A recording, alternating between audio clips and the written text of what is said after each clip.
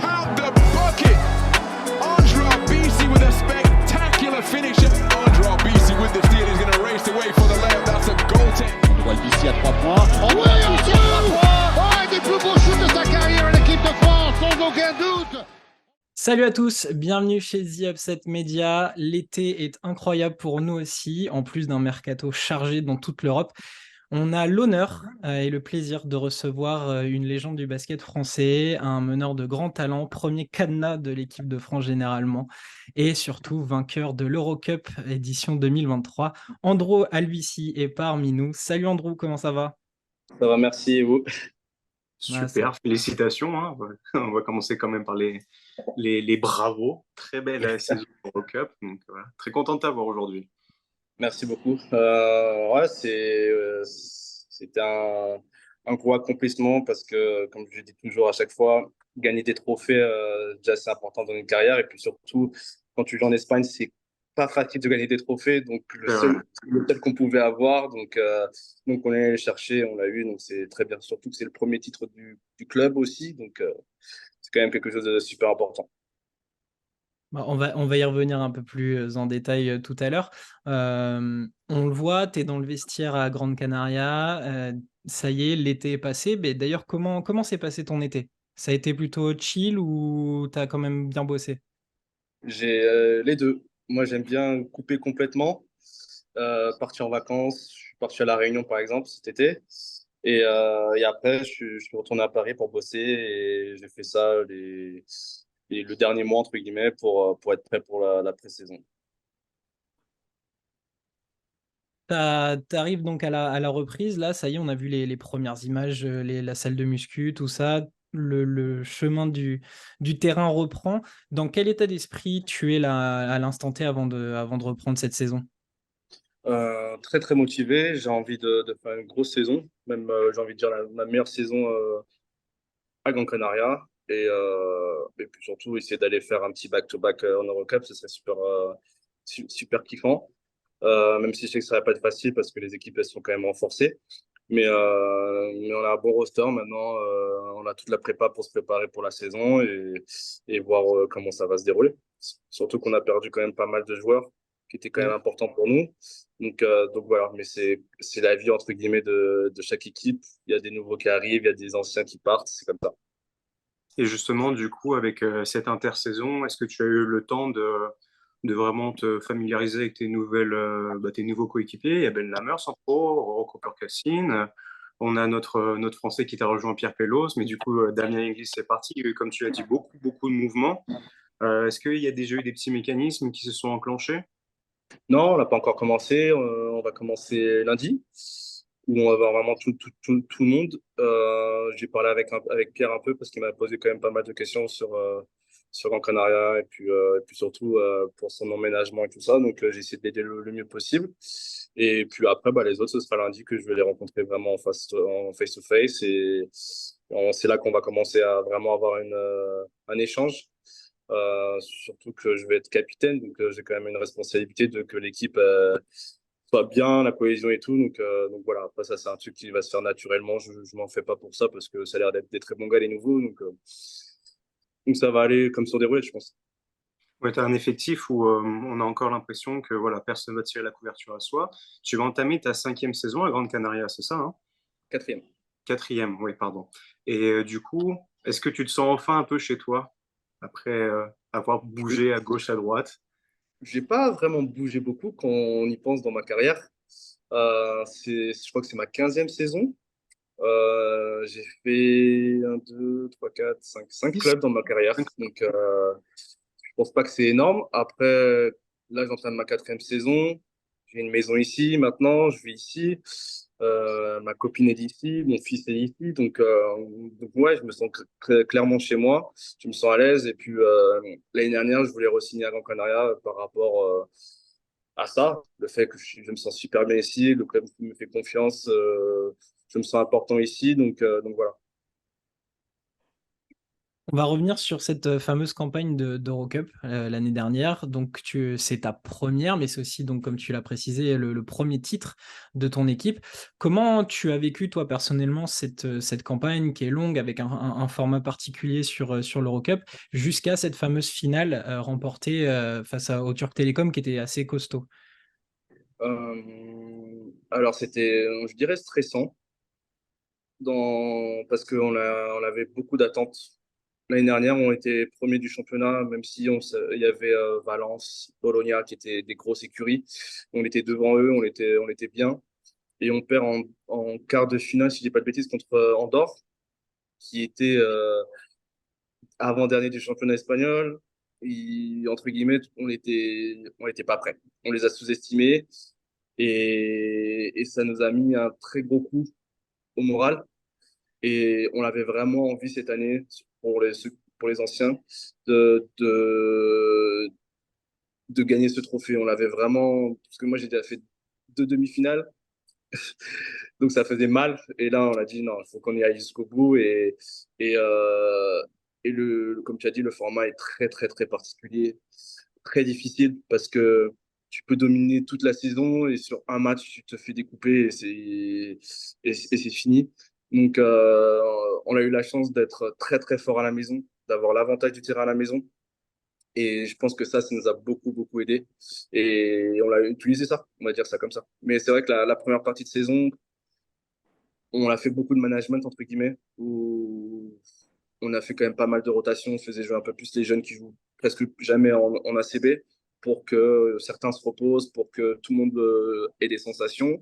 Je pense que le coach a fait du très bon job par rapport à ça. Et à quel moment vous vous êtes vraiment dit, ça y est, on peut le faire? Dès le début, dès que la Ouais. saison a commencé, on savait déjà qu'on pouvait aller au bout parce que dans notre poule, surtout, le niveau était pas très ouf. Dans l'autre, un peu plus costaud. Mais on savait que bah, dans tous les cas, on voulait avoir l'avantage du terrain, c'était pour nous le plus important. Et puis après, je pense que le fait qu'on ait eu Bursa Sport premier match, ça nous a mis en condition parce que je pense que c'était l'équipe la plus dangereuse. Euh, Ils ont fini huitième, mais l'année dernière, il faut pas oublier, ils étaient en demi-finale. Et en finale, excuse-moi, en Ouais, finale. puis c'était bien, Donc, c'est bien coaché, hein.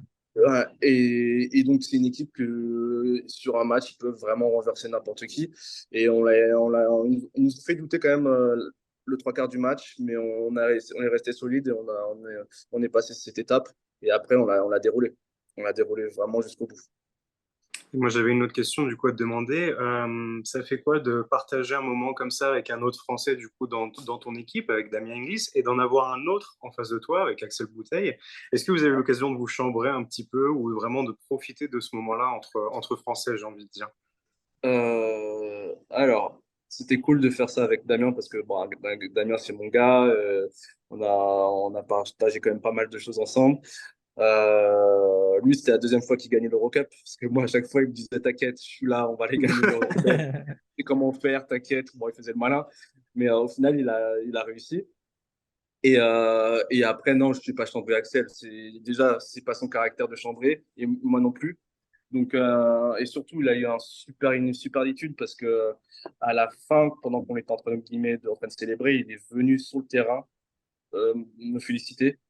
Alors que moi, je pense que je l'aurais jamais fait parce que j'aurais été dégoûté jusqu'au fond du vestiaire, dans un coin de la douche à pleurer. Mais non, lui, il est venu, il m'a félicité. Et ça, c'est vraiment gros respect pour Axel. Et je suis content pour lui parce qu'il a fait une très, très grosse saison quand même. Il était très, très fort. Et Ankara, ils ont fait une très belle saison aussi. Donc, chapeau à lui. Et voilà. On en a parlé récemment, alors ça va sortir tout bientôt, mais on en a parlé récemment avec Fabien Causeur. Ça marche pour toi aussi, on a fait un peu le parallèle. À partir du moment où il y a eu des matchs coup près, tu as su élever ton niveau de jeu. Alors, je suis allé gratter tes évals, mais elles ne font que monter à partir des huitièmes, quarts, etc. Comment, toi, mentalement, tu te prépares et tu abordes ces matchs où c'est à la vie, à la mort? Bonne question. C'est un truc. Il y a l'expérience. Je pense que ça joue énormément. Le vécu. Euh, avec l'équipe de France, il y a eu des gros matchs. J'ai eu dans ma carrière, entre guillemets. Je sais pas vraiment comment tu te prépares, mais comme j'ai dit, moi, c'était l'objectif principal. Donc, je me suis conditionné par rapport à cet objectif mentalement.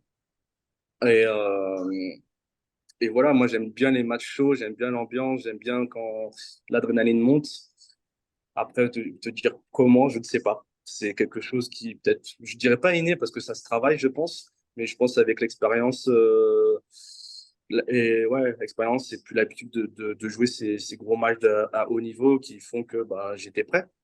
Et voilà. Et après, comme je dis, moi, j'ai quand même un rôle très important dans l'équipe. Donc j'avais envie d'être là pour pousser les autres à être aussi bons. Et voilà.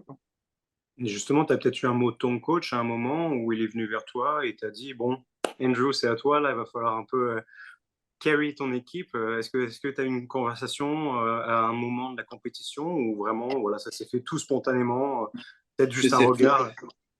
ça s'est fait spontanément. Déjà, je sais que bah, j'ai beaucoup de responsabilités vu que je suis le meneur titulaire. J'ai beaucoup de minutes. Et, euh, et entre guillemets, plus ça avançait, plus on rencontrait des meneurs de très haut niveau. Et j'ai cette capacité à être un peu, en tout cas en club, d'être des deux côtés, en défense et en attaque, et à générer beaucoup de jeux. Et c'est vrai que bah, moi, j'étais plus dans ce rôle-là de stopper et aussi de générer pas mal de choses en attaque. Et c'est pour ça que j'avais quand même du gros temps de jeu, surtout à partir des demi contre Badalone, par exemple, qui était un match aussi très costaud. Hmm. Euh, donc voilà. Moi, c'est des défis que j'adore. Mais il m'a dit un mot à la fin, il m'a dit, je t'ai dit à chaque fois, c'est toi qui nous ferait gagner. Il m'a dit ça, Jacques Adapovic. Il m'a dit, je sais que c'est toi qui va nous faire gagner le titre. Et regarde ce que tu as fait, regarde l'interception que tu fais. T'as pas besoin de marquer des points là, là, pour être super impactant. Et ça, c'est une de tes qualités que pas beaucoup le voient, mais ceux qui jouent avec toi le savent. Justement, tu viens de parler de ton coach, on est en train d'aborder le sujet. Je te cache pas que chez nous, on adore Jaka Lakovic. Il adore Si, pas en tant que joueur. En tant que joueur. ouais. Coach, ce serait peut-être différent. Pour ceux qui le connaissent un peu moins, et toi qui le vois tous les jours, est-ce que tu peux le présenter en quelques mots sur qui il est, sur sa philosophie de jeu et la relation que tu as avec lui, même si tu en as déjà un petit peu parlé? Moi, j'avais une très bonne relation avec lui. Euh, Par exemple, il me demandait conseil sur le recrutement, par exemple. Donc ça montre aussi l'importance que je peux avoir pour lui. C'est un coach super carré. Ouais. Ouais, il est carré, donc il laisse quand même pas mal de liberté, mais quelque chose de structuré. Maintenant, il est très carré et par exemple aux entraînements, il a sa fiche, il faut qu'il fasse toute sa fiche. Et ça, c'est peut-être un problème, mais il est très organisé, très carré. Et je pense aussi qu'il avait quand même pas mal de pression, vu que c'est sa première année en Espagne, il voulait montrer. Et donc, ça fait que bah, il voulait que tout soit carré, ce que je peux comprendre. Maintenant, cette année, peut-être il sera un peu plus flexible, on va dire ça comme ça. Détendu. Mais en tout cas, il a réussi à amener de l'équipe où on voulait. Donc voilà. Mais moi, j'apprécie en tant que coach et en tant qu'humain, il est très très bien. Tactiquement, il est très bien. Il sait s'adapter, il sait où appuyer, qui mettre en valeur. Et ça, c'est cool.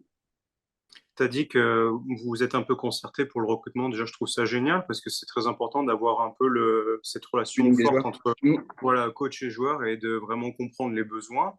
Euh, à quel point tu as vraiment, on va dire, pesé ou dirigé un petit peu dans l'idée du recrutement? Bien sûr, tu n'es pas general manager, donc C'est ce que peut-être j'allais dire.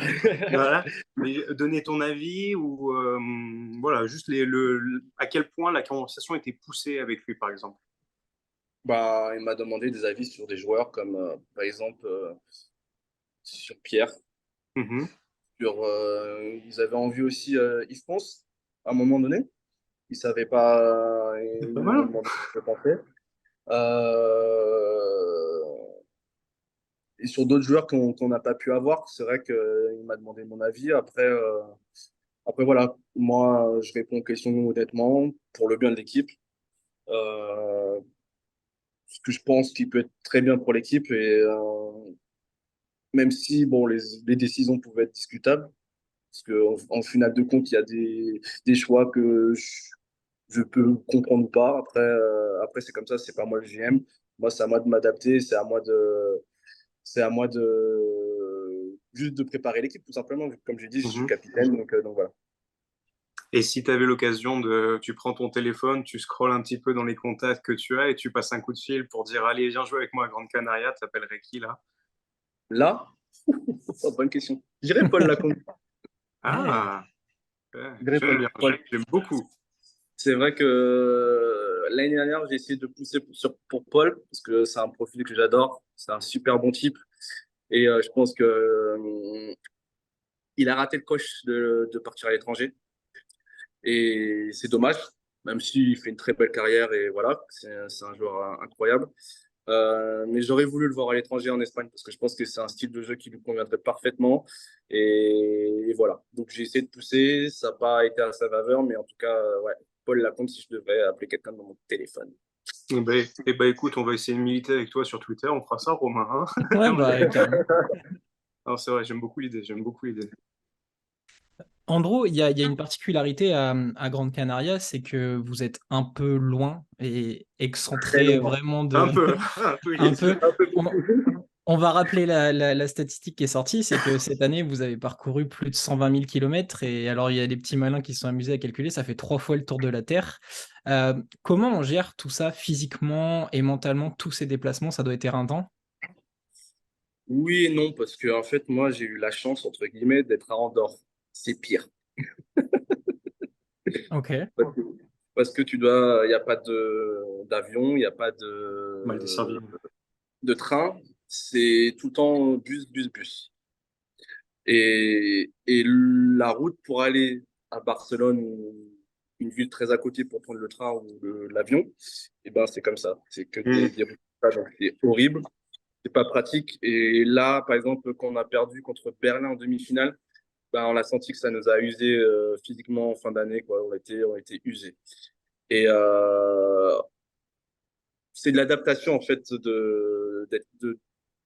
d'être dans ces conditions-là. On s'entraîne un peu moins. On, on va faire des voyages de une semaine, 10 jours, peut-être.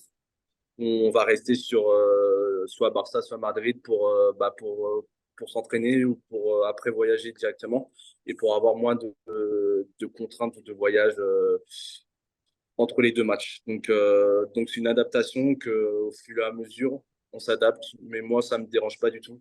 Comme j'ai dit, j'étais en dehors, c'était pire. Donc pour moi, ça, c'est du, entre guillemets, du pitcha, quoi.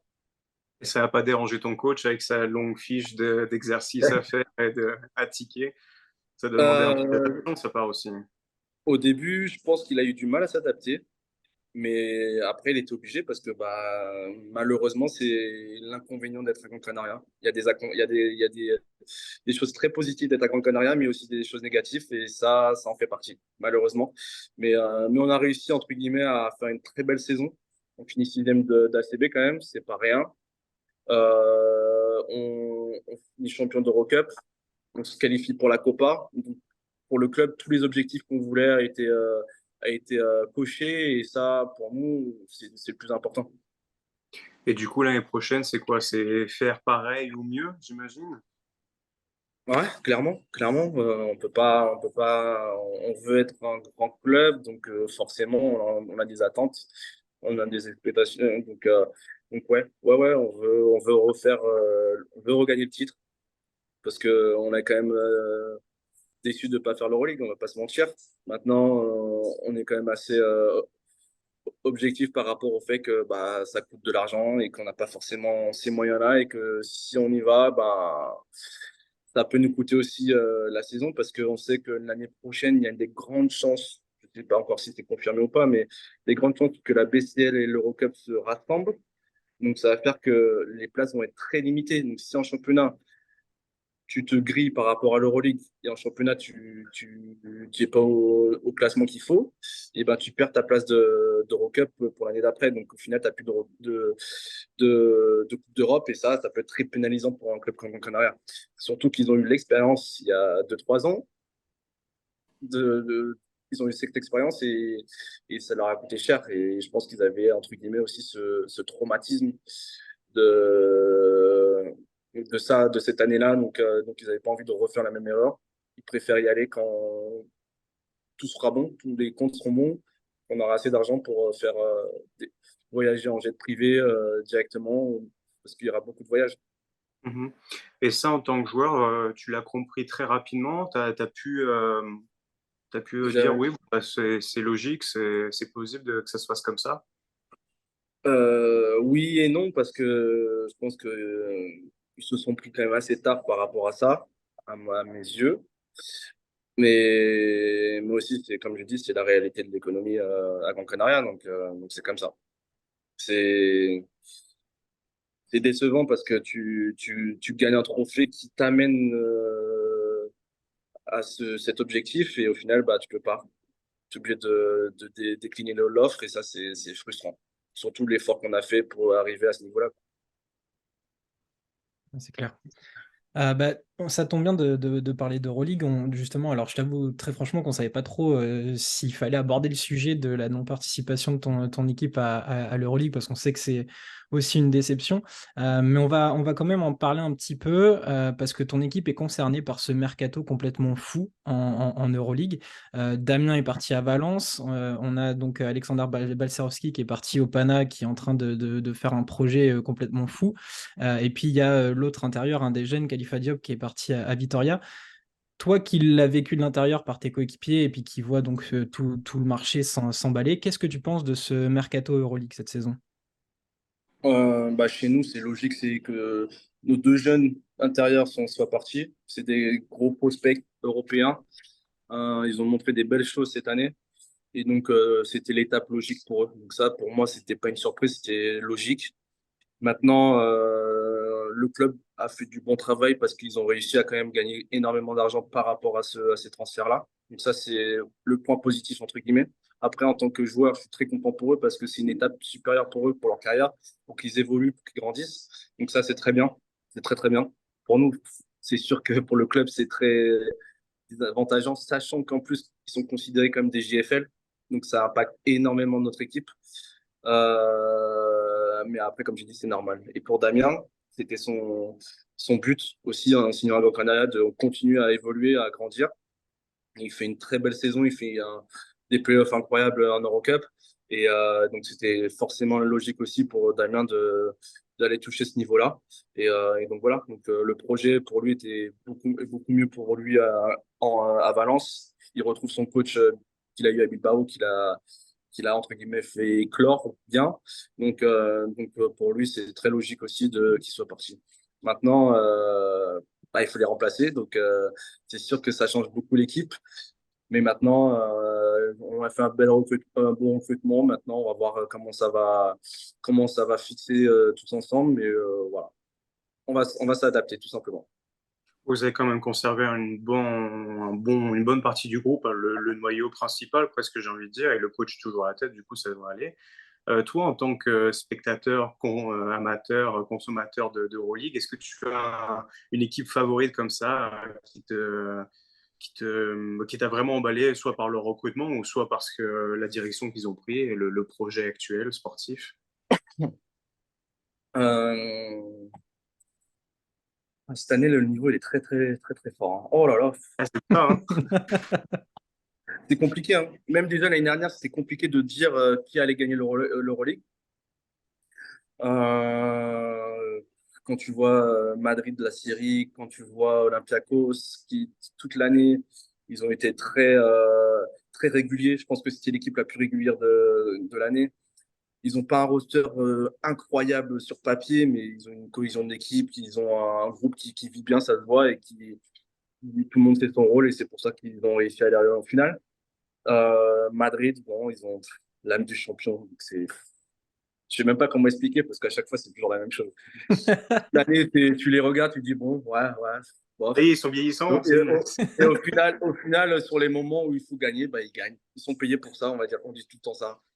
T'es pas payé pour l'année, t'es payé pour gagner des titres. Et à Madrid, c'est ça. Et ils sont toujours là au bon moment, quoi. Donc, Barça, ils ont une équipe aussi, elle est incroyable. Maintenant, j'attends de voir parce qu'ils ont changé le coach.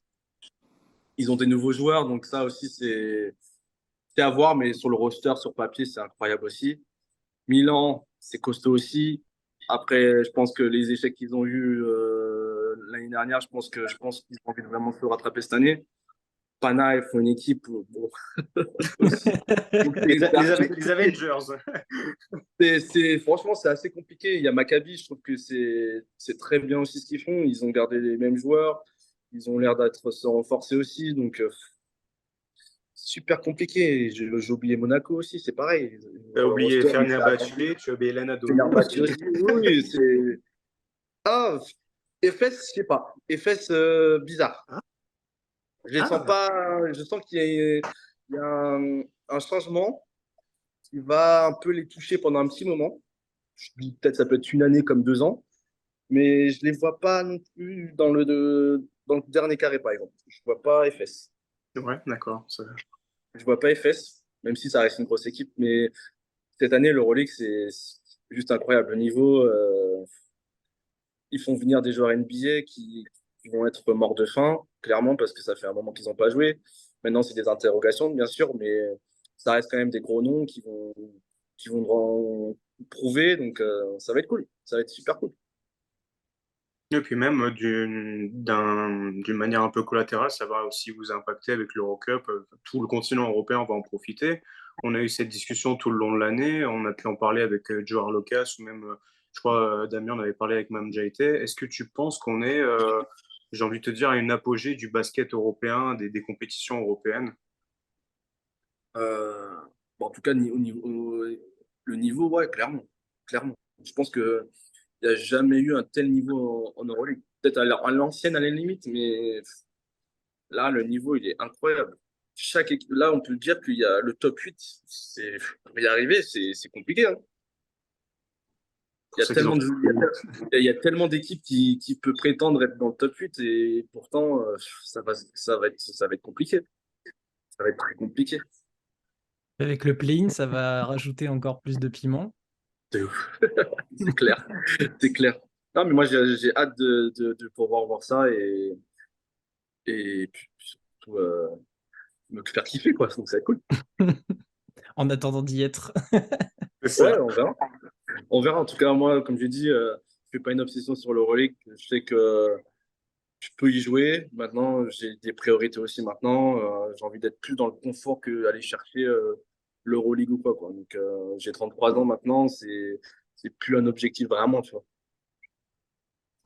On va aborder un dernier thème. On a fait ta saison avec Grande Canaria, on a parlé un peu d'Euroleague, et puis forcément, là, on est à quelques jours, quelques dizaines de jours du mondial.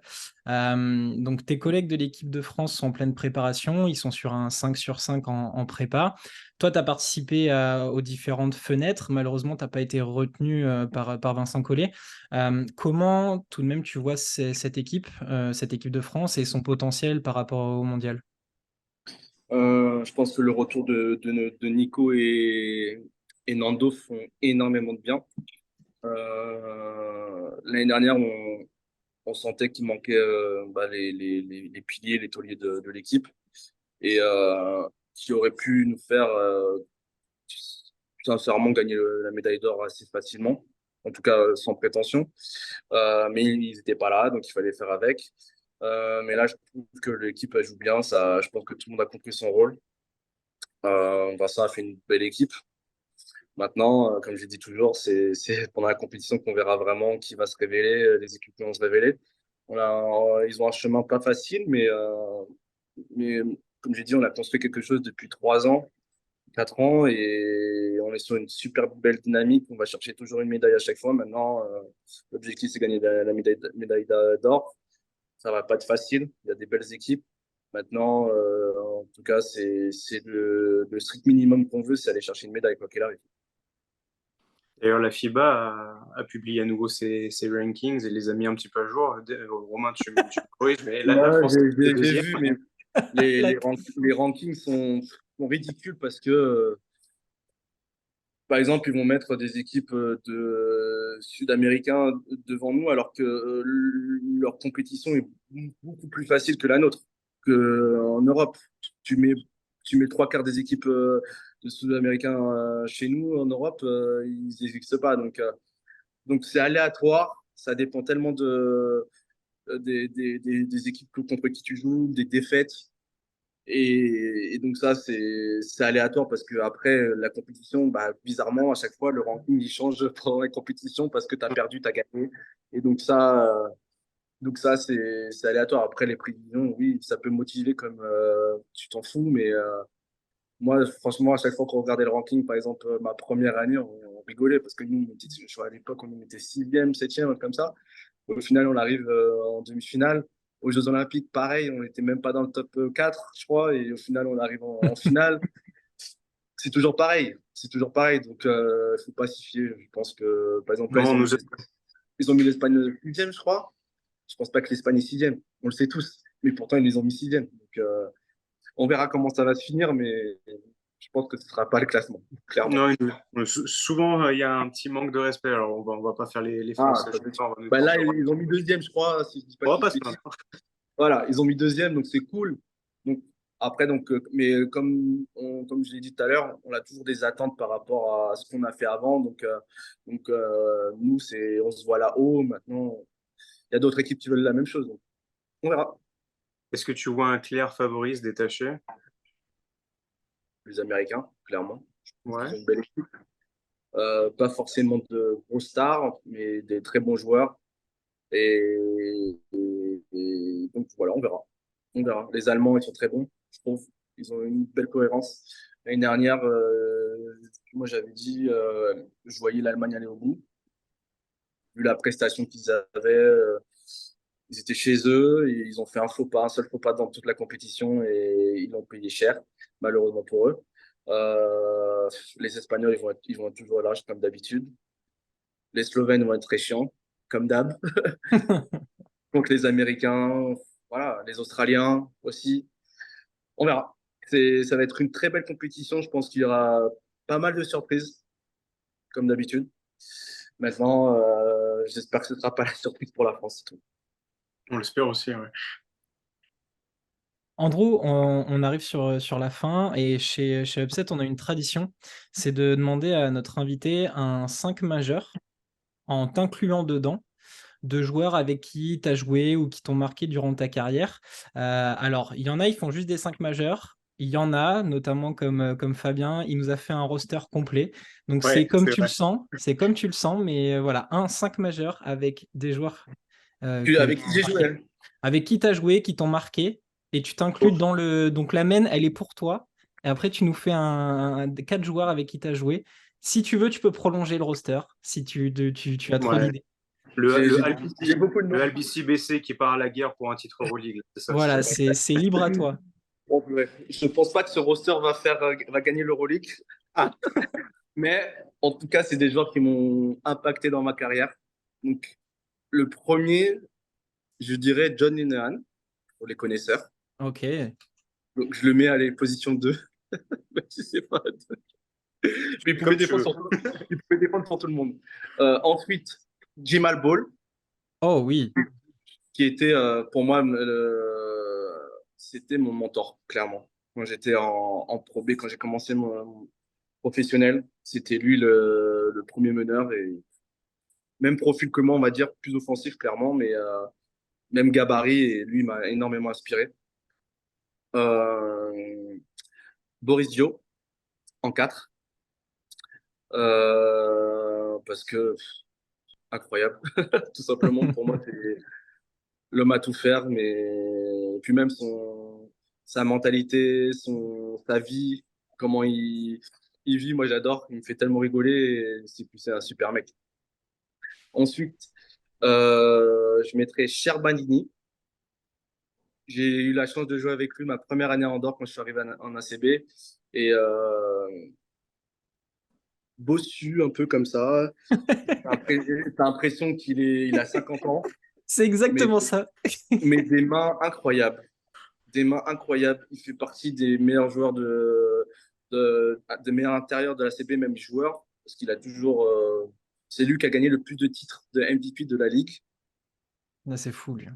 C'est incroyable. Même moi, à chaque fois, je le vois, je dis, mais c'est pas possible. Mais il arrive toujours à mettre ses hooks à 10 km.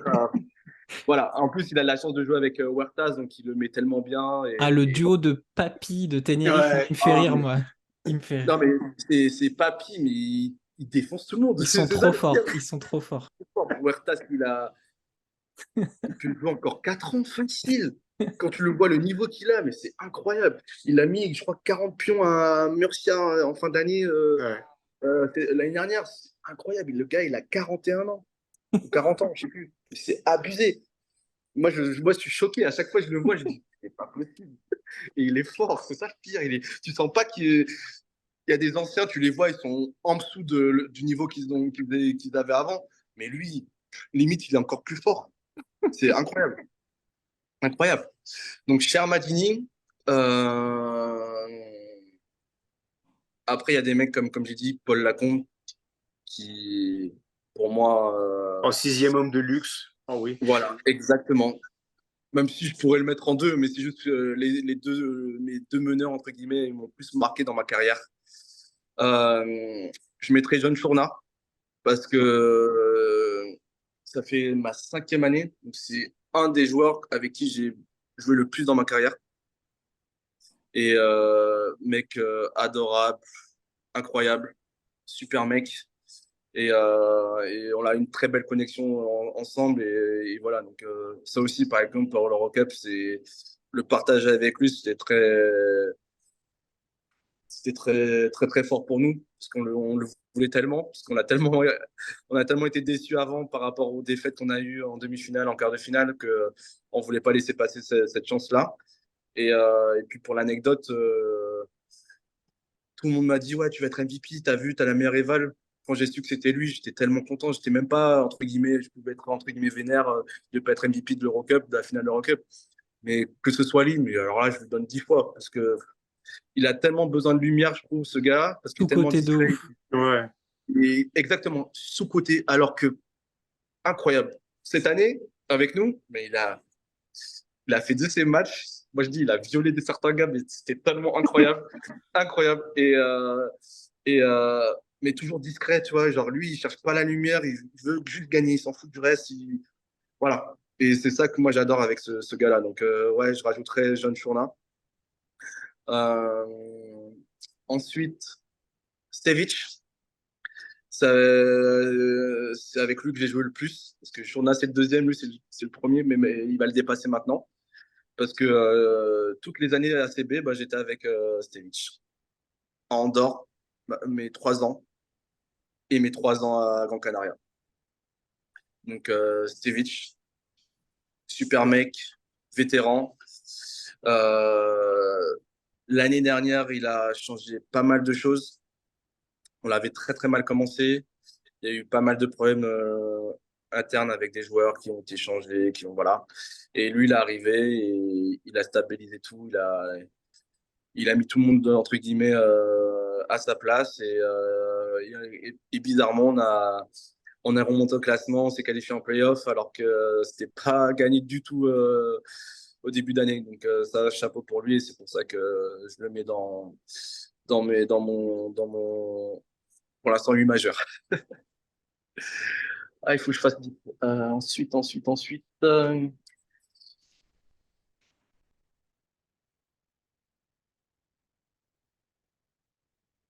Ouais. Et moi, vous me voyez? Là, pas encore, on t'entend. Ça revient. Désolé.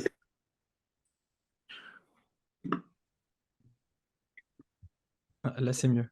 Ouais. Je suis en train de réfléchir.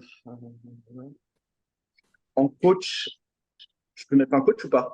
Bien Oh, sûr. oui, c'est Voilà. royal, là. C'est ton équipe, c'est ton roster. Donc. Le coach, je mettrais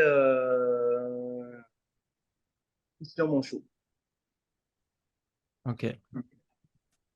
Christian Manchot parce que il m'a donné les rênes du BCM alors que j'avais que, je crois, 20 ans. Il m'a donné les rênes du BCM et c'est là où on fait une saison incroyable. On perd juste 3 matchs dans toute la saison. Je crois qu'on égalise le record de Pau à l'époque, même si on n'a pas gagné de titre. Ça, c'est la plus grosse déception de cette année-là. Mais en tout cas, en tant que joueur, j'ai énormément appris de lui et il m'a donné énormément de responsabilités alors que j'avais que 20 ans ou 21 ans. Donc pour ça, chapeau. Et surtout, quand j'étais, entre guillemets, en galère, on va pas se mentir, où j'avais pas de club, il est venu me chercher pour entre guillemets, me relancer. Après mon année à Paris, j'avais pas d'équipe et il m'a dit je veux te re-signer pendant 2 ans. Où voilà, tu fais comme tu avais fait la première année et puis après tu partiras à l'étranger. On essaiera de faire le maximum pour ça en tout cas et c'est ce qu'il a fait. Donc Christian Manchon en tant que coach. Voilà. Et ce sera tout. Je ne mettrai pas d'autres joueurs parce que j'en ai pas d'autres qui m'ont vraiment marqué. Mais en tout cas, c'est ces 8-là, on va dire, qui m'ont fait, qui m'ont, entre guillemets, aidé pas mal dans ma carrière et puis qui m'ont marqué, surtout. Bon, c'est déjà pas mal, non? Il y a Ouais, moi, c'est pas mal d'équipes. Hein. très très bien. Hein. Après, si je rajouterais, allez, on va essayer de rajouter 2. Je mettrais Louis Laberry pour le personnage, parce que c'est mon gars aussi. Louis Laberry et je mettrais Adassané parce que c'est mon meilleur pote. Voilà. Ok. Cool. Voilà. Ah bah ça fait un joli roster. Oui, il y a quand même moyen d'avoir des petits apéros dînatoires sympas entre Boris Dio et Louis Laberry, les amateurs de vin, là, c'est... Ouais. Ah bah il y en a qui a eu, hein. Ah putain, Louis, c'est quelqu'un, hein, mon Dieu. C'est soit tu l'aimes, soit tu le détestes. Voilà. C'est Louis Laberry. Mais voilà, moi, c'est mon gars et il faut le connaître, c'est tout. Faut comprendre le personnage voilà, pour l'apprécier, je pense. Andrew, on est sur la fin. Qu'est-ce qu'on peut te souhaiter, que ce soit basket, bon, on l'a plutôt compris, on veut des trophées à la fin de saison, mais Le doublé. Pour toi, tout simplement, qu'est-ce qu'on peut te souhaiter cette année?